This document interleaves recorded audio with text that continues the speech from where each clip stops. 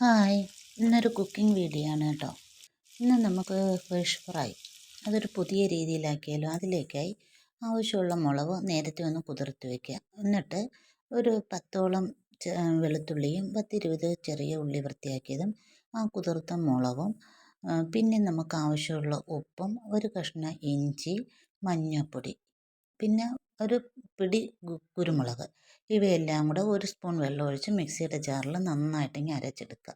അത് അരച്ചെടുത്തത് നമ്മൾ കഴുകി വൃത്തിയാക്കിയിരിക്കുന്ന ഏത് മീനായാലും ശരി, ആ മീനിലേക്ക് ഇതുപോലെ നന്നായിട്ട് തേച്ച് പിടിപ്പിക്കണം.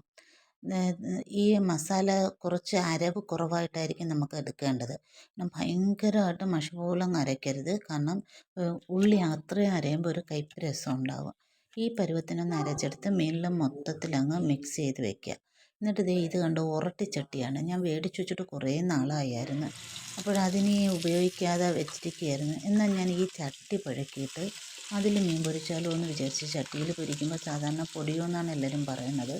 ഞാനൊരു 10 മിനിറ്റ് എണ്ണ തേച്ച് വെച്ചിട്ട് ആ ചട്ടി അടുപ്പിൽ വെച്ച് ചൂടായ എണ്ണ ഒഴിച്ച് അതിലാണ് മീൻ പറക്കിയിട്ട് പൊരിക്കാൻ ശ്രമിച്ചത്. അതും വിറകടുപ്പിൽ തന്നെയാണ്.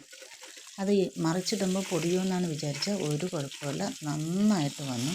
ഒരു ചട്ടിയിൽ മീൻ പൊരിപ്പ് വളരെ സൂപ്പറായി കിട്ടിയിട്ടുണ്ട്. ഇതുപോലെ നിങ്ങൾക്ക് എവിടെയെങ്കിലും പോകുമ്പോൾ ഇതുപോലെ ഉരട്ടിച്ചട്ടിയോ പരന്ന ചട്ടിയോ കിട്ടുകയാണെങ്കിൽ നിങ്ങളും അങ്ങനെ ഒരു ചട്ടി മേടിച്ചിട്ട് ഒന്ന് പഴക്കിയെടുത്താൽ നമുക്കിതുപോലെ മീൻ ഫ്രൈ ആക്കി എടുക്കാം. നിങ്ങളൊന്ന് നോക്കണേ ഈ രീതിയിൽ.